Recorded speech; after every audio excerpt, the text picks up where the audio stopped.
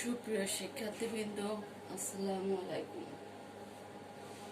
অর্থনীতি মাস্টার্স শেষ বর্ষ এবং অনার্স তৃতীয় বর্ষের প্রিয় শিক্ষার্থীদেরকে আজকের অনলাইন ক্লাসে স্বাগত জানাচ্ছি। সুলতানা, সহযোগী অধ্যাপক, অর্থনীতি বিভাগ, ধামরাই সরকারি কলেজ, ধামরাই, ঢাকা। প্রিয় শিক্ষার্থীরা, আশা করছি তোমরা যেখানে আছো সবাই ভালো আছো। আজকে আমি আলোচনা করব মিল্টন ফ্রিডম্যানের অর্থের চাহিদা তত্ত্ব, যেটিকে আবার বলা হয় অর্থের আধুনিক তত্ত্ব বা শিকাগো মতবাদ। বিখ্যাত অর্থনীতিবিদ মিল্টন ফ্রিডম্যান অর্থের পরিমাণ তত্ত্বের যে ব্যাখ্যা প্রদান করেছেন তা অর্থের পরিমাণ সংক্রান্ত আধুনিক তত্ত্ব নামে পরিচিত। মূলত ক্লাসিক্যাল পরিমাণ তত্ত্বের দোষ ত্রুটি দূর করে একটি পরিমার্জিত তথ্য উপাদানের চেষ্টা করেছেন বলে মিল্টন ফ্রিডম্যানের তত্ত্বকে আবার অর্থে আধুনিক পরিমাণ তত্ত্ব বলা হয়। এই তত্ত্বকে আবার অর্থের চাহিদা সংক্রান্ত শিকাগো মতবাদও বলা হয়। মিল্টন ফ্রিডম্যানের তত্ত্বে বিশেষভাবে অর্থের চাহিদার নির্ধারক সময়ের প্রকৃতি বিশ্লেষণ করা হয়েছে। এজন্য ফ্রিডম্যানের তত্ত্বকে আবার অর্থের চাহিদা তত্ত্ব বলা হয়। তবে অর্থের চাহিদা অপেক্ষককে স্থিতিশীল ধরে নিয়ে ফ্রিডম্যান আবার অর্থের পরিমাণ তথা অর্থের যোগানের পরিবর্তন এবং তার মাধ্যমে দাম স্তর কিভাবে প্রভাবিত হয় সেটিও বিশ্লেষণ করার চেষ্টা করেছেন। দাম স্তরকে প্রভাবিত করার মাধ্যমে অর্থনীতিতে আয়, উৎপাদন, বিনিয়োগ, কর্মসংস্থান ইত্যাদি প্রভাবিত হয়।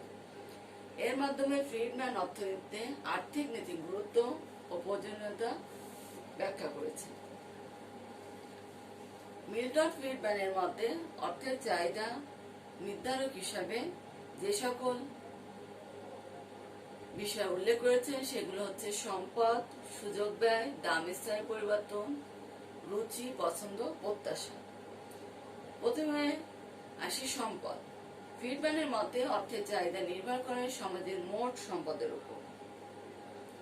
এখানে সম্পদ বলতে মানব এবং অমানব উভয় সম্পদকে বোঝানো হয়েছে। ফ্রিডম্যানের মতে মানুষ একাধিক উপায়ে সম্পদ ধারণ করতে পারে, যেমন নগদ অর্থ, বন্ড, ইকুইটি, বস্তুগত সম্পদ এবং মানবীয় সম্পদ যেমন মেধা, দক্ষতা, কর্মশক্তি ইত্যাদি। এখানে মোট সম্পদের একটি অংশ হিসাবে নগদ অর্থের চাহিদাকে বিবেচনা করা হয়েছে। মোট সম্পদের পরিমাণ বাড়লে নগদ অর্থের চাহিদা বাড়ে এবং মোট সম্পদের পরিমাণ কমলে নগদ অর্থের চাহিদা কমে। ফ্রিডম্যান এর তথ্যে অর্থকে শুধু বিনিময়ের মাধ্যম এবং সম্পদ হিসেবে বিবেচনা করা হয়েছে। 2 নম্বর হচ্ছে সুদ, সুযোগ ব্যয়। নগদ অর্থ হাতে ধরে রাখলে তার বিপরীতে সুদ প্রাপ্তি হতে বঞ্চিত হতে হয়, যা অর্থের সুযোগ ব্যয় হিসেবে বিবেচিত। সুযোগ ব্যয় বেশি হলে অর্থের চাহিদা কমে, আবার সুযোগ ব্যয় কম হলে অর্থের চাহিদা বাড়ে। অর্থাৎ আমরা যদি ব্যাংকে টাকা রাখি তাহলে সেক্ষেত্রে আমরা সুদ পাবো, কিন্তু আমরা যদি নগদ অর্থ হাতে ধরে রাখি সেক্ষেত্রে আমরা সুদ থেকে বঞ্চিত হব। অন্যভাবে বলা যায়, সুদের হার বেশি হলে সুযোগ ব্যয় বেশি হয়, ফলে অর্থের চাহিদা কমে। আবার সুদের হার কম হলে সুযোগ ব্যয় কম হয়, ফলে অর্থের চাহিদা বাড়ে। ফ্রিডম্যানের তথ্যে সুদের হার তথা সুযোগ ব্যয়ের সাথে নগদ অর্থের চাহিদার সম্পর্ক হচ্ছে বিপরীত। 3 নম্বর হচ্ছে দাম স্তরের পরিবর্তন। দাম স্তরের পরিবর্তনের উপরও নগদ অর্থের চাহিদা নির্ভর করে। দাম স্তর বাড়লে নগদ অর্থের চাহিদার পরিমাণ বাড়বে, আবার দাম স্তর কমলে নগদ অর্থের চাহিদা কমে। এখানে দাম স্তর পরিবর্তন বলতে আপেক্ষিক পরিবর্তন হিসেবে বিবেচনা করা হয়, অর্থাৎ বিগত সময়ের তুলনায় বর্তমান সময়ে দাম স্তর। আপেক্ষিকভাবে দাম স্তর বাড়লে অর্থের চাহিদা বাড়ে। কারণ কি হয়, আমরা যদি আলুর কেজি যখন 20 টাকা তখন আমরা 100 টাকায় 5 কেজি আলু কিনতে পারি। কিন্তু আলুর কেজি বেড়ে যদি 25 টাকা হয় তাহলে পূর্বের 100 টাকায় আমরা বর্তমানে 4 কেজি আলু কিনতে পারি। অর্থাৎ সমপরিমাণ পণ্য সামগ্রী ক্রয় করতে আমাদের পূর্বের তুলনায় বেশি অর্থের প্রয়োজন হয়। আবার আপেক্ষিকভাবে দাম স্তর কমলে অর্থের চাহিদা কমে। কাজে ফ্রিডম্যানের তথ্যে দাম স্তর এবং অর্থের চাহিদার সম্পর্ক হচ্ছে বিপরীত। 4 নম্বর রুচি, পছন্দ, প্রত্যাশা। সম্পদের মালিকের পছন্দ, রুচি, প্রত্যাশা ইত্যাদি অর্থের চাহিদাকে প্রভাবিত করে। রুচি ও পছন্দ যদি উন্নত হয় তাহলে অর্থের চাহিদা বাড়ে এবং বিপরীতভাবে অনুন্নত হলে অর্থের চাহিদা কমে। ভবিষ্যতে দাম বৃদ্ধির প্রত্যাশা থাকলে বর্তমানে নগদ অর্থের চাহিদা কমে। আবার ভবিষ্যতে মন্দার আশঙ্কা থাকলে বর্তমানে নগদ অর্থ ধরে রাখার প্রবণতা বাড়ে। এই নির্ধারকের সময়ের উপর ভিত্তি করে মিল্টন ফ্রিডম্যান অর্থের চাহিদাকে আমরা লিখতে পারি MD equal to function of W R I del P by P UI. এখানে ডাব্লিউ হচ্ছে প্রকৃত সম্পদের পরিমাণ, আর আই সুদের হার, ডেল পি বাই পি হচ্ছে দাম স্তরের আপেক্ষিক পরিবর্তন এবং ইউআই হচ্ছে রুচি, পছন্দ, প্রত্যাশা ও অন্যান্য উপাদান। এমডি হচ্ছে অর্থের চাহিদা, এফ হচ্ছে ফাংশনের বা অপেক্ষকের চিহ্ন। ফ্রিডম্যানের মতে ডেল পি বাই পি এবং ইউআই স্থির থাকে, সেক্ষেত্রে অর্থের চাহিদা অপেক্ষক লেখা যায় MD equal to function of W R I. এখানে ডাব্লিউ এর ভিতর স্থায়ী আয় এবং অস্থায়ী আয় দুটোই আছে। ফ্রিডম্যানের মতে দীর্ঘমেয়াদে অস্থায়ী আয় বা ট্রানজিটরি ইনকাম শূন্য হয়, সেক্ষেত্রে W equal to YP equal to Y. সেক্ষেত্রে ফ্রিডম্যানের অর্থের চাহিদা অপেক্ষককে লেখা যায় MD equal to function of YP R I. এখানে ওয়াইপি ইকুয়াল টু ওয়াই হলে সেক্ষেত্রে MD is a function of Y এবং আর আই। তাহলে দেখা যাচ্ছে যে অর্থের চাহিদা নির্ভর করে আয় এবং সুদের হারের উপর। ফ্রিডম্যানের মতে অর্থের চাহিদার সুদ স্থিতিস্থাপকতা খুবই কম, অর্থাৎ সুদের হারের অর্থের চাহিদার উপর সুদের হারের প্রভাব খুবই কম। এক্ষেত্রে অর্থের চাহিদার মূল নিয়ামক হচ্ছে আয়। তাহলে MD equal to function of Y DMD by D Y greater than 0।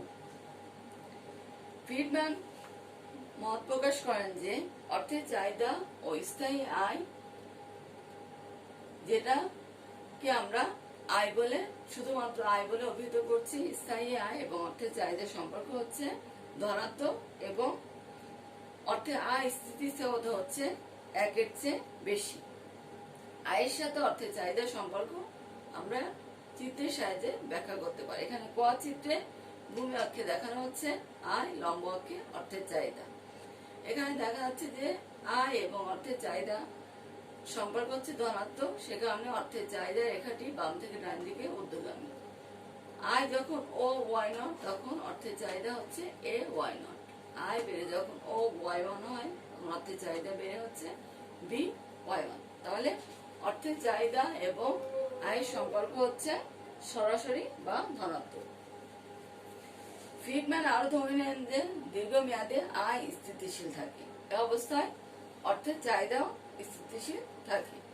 এখানে চিত্রে সময়ের পরিবর্তনের ফলে স্থায়ী আয় এবং অর্থের চাহিদা রেখা সরল রৈখিকভাবে বাম থেকে ডান দিকে ঊর্ধ্বগামী, অর্থাৎ সময়ের পরিবর্তনের ফলে স্থায়ী আয় এবং অর্থের চাহিদা সমানুপাতে বাড়ে। অর্থাৎ সময়ের পরিবর্তনের ফলে আমার স্থায়ী আয় বৃদ্ধি পাচ্ছে, একই পরিমাণে আমার একই অনুপাতে অর্থের চাহিদা বাড়ছে। কাজে অর্থের চাহিদা অপেক্ষক হচ্ছে স্থিতিশীল। মিল্টন ফ্রিডম্যান অর্থের চাহিদা বিশ্লেষণের সাথে সাথে অর্থের যোগান নিয়েও আলোচনা করেছেন। মিল্টন ফ্রিডম্যানের মতে অর্থের যোগান সামষ্টিক অর্থনৈতিক চলকসমূহকে প্রভাবিত করে।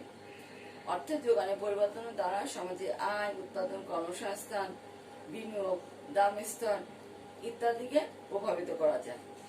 ফ্রিডম্যান বিশেষভাবে এখানে দাম স্তরের কথা উল্লেখ করেন। তার মতে দাম স্তরের ওঠানামা অর্থনীতির বাণিজ্য চক্রের সৃষ্টি করে, যেটা সামষ্টিক অর্থনীতিতে একটি অস্থিতিশীল পরিবেশ এনে দেয়। এমন অবস্থায় অর্থের যোগানের পরিবর্তনের মাধ্যমে দাম স্তর নিয়ন্ত্রণ করে এই অস্থিতিশীল পরিবেশ দূর করা সম্ভব হয়। তাহলে মিল্টন ফ্রিডম্যান তার অর্থের পরিমাণ তত্ত্বে অর্থের চাহিদার সাথে সাথে অর্থের যোগান নিয়েও আলোচনা করেছেন। তার মধ্যে অর্থের যোগানের পরিবর্তনের ফলে সমাজে দাম স্তরের পরিবর্তন হয় এবং দাম স্তরের পরিবর্তন অর্থনীতিতে একটা বাণিজ্য চক্রের সৃষ্টি করতে পারে, যেটা অর্থনীতিতে অস্থিতিশীল পরিবেশ এনে দেয়।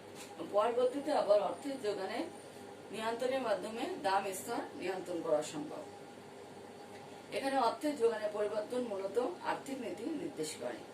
কাজেই ফ্রিডম্যান তার অর্থের পরিমাণ তথ্যের সাথে আর্থিক নীতির একটি যোগসূত্র স্থাপন করেন।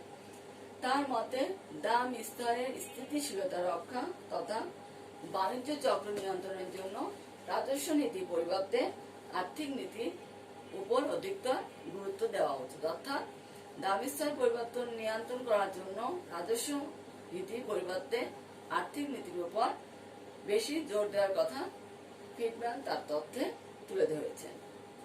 এটা হচ্ছে মিল্টন ফ্রিডম্যানের অর্থের আধুনিক পরিমাণ তথ্য। মিল্টন ফ্রিডম্যানের অর্থের চাহিদা তথ্য অর্থে আধুনিক পরিমাণ তথ্যের কিছু সমালোচনা রয়েছে। এক নম্বর হচ্ছে ফ্রিডম্যানের মতে অর্থের চাহিদা নির্ভর করে মোট সম্পদের উপর, সমাজের মোট সম্পদের উপর, কিন্তু সম্পদ ধারণের বিভিন্ন উপাদানের সাথে অর্থের সুনির্দিষ্ট সম্পর্ক এখানে ব্যাখ্যা করা হয়নি। তাছাড়া দাম স্তর, সুদের হার ও উৎপাদনের মতো গুরুত্বপূর্ণ উপাদানের সাথেও অর্থের সম্পর্ক এখানে নির্দিষ্ট করে দেখানো হয়নি।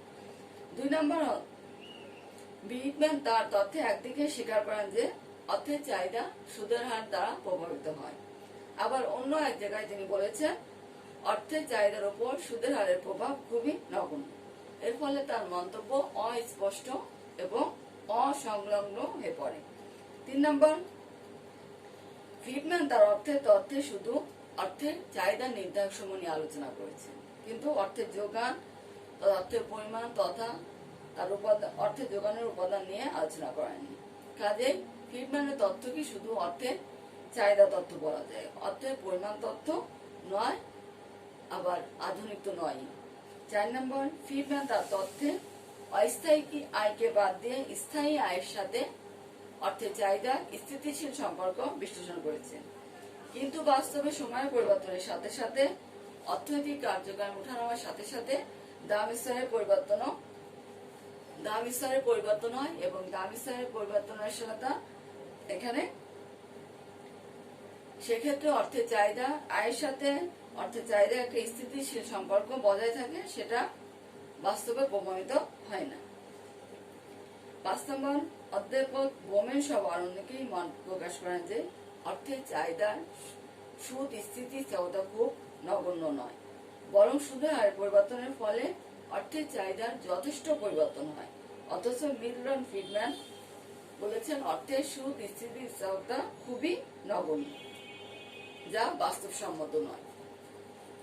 6 নম্বর, ফ্রিডম্যান তার চাহিদা তথ্যের উপসংহারে অর্থনৈতিক স্থিতিশীলতা আনয়নে আর্থিক নীতির উপর গুরুত্ব আরোপ করেছেন, কিন্তু বাস্তবে আর্থিক নীতি এককভাবে অর্থনৈতিক স্থিতিশীলতা অর্জনে সক্ষম নয় বলে প্রমাণিত হয়েছে। অর্থাৎ আর্থিক নীতি এবং রাজস্ব নীতি উভয় যৌথ প্রয়োগের ফলে অর্থনীতিতে সামষ্টিক অর্থনীতিতে চলক সময়কে সঠিকভাবে নিয়ন্ত্রণ করা সম্ভব, কিন্তু মিল্টন ফ্রিডম্যান রাজস্ব নীতির পরিবর্তে শুধুমাত্র আর্থিক নীতির উপর গুরুত্ব আরোপ করেছেন, কিন্তু বাস্তবে অর্থনৈতিক স্থিতিশীলতা আনয়নের ক্ষেত্রে আর্থিক নীতি এবং রাজস্ব নীতি উভয়ের গুরুত্ব রয়েছে, কিন্তু এই বিষয়টি মিল্টন ফ্রিডম্যান উপলব্ধি করতে ব্যর্থ হয়েছে।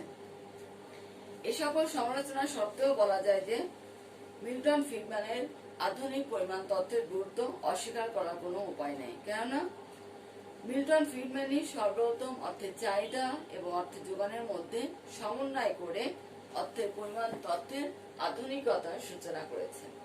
অর্থাৎ কেবলমাত্র মিল্টন ফ্রিডম্যানের তথ্যে অর্থের চাহিদার সাথে সাথে অর্থের যোগানের বিষয়টি নিয়েও আলোচনা করা হয়েছে। এই কারণে মিল্টন ফ্রিডম্যানের আধুনিক পরিমাণ তথ্যের গুরুত্ব অপরিসীম। প্রিয় শিক্ষার্থীরা, আজকে আমরা দেখলাম মিল্টন ফ্রিডম্যানের অর্থের চাহিদা তথ্য, যেটিকে আবার বলা হয় অর্থের আধুনিক তথ্য বা শিকাগো মতবাদ। প্রিয় শিক্ষার্থীরা, আজকে এ পর্যন্তই। আল্লাহ হাফিজ।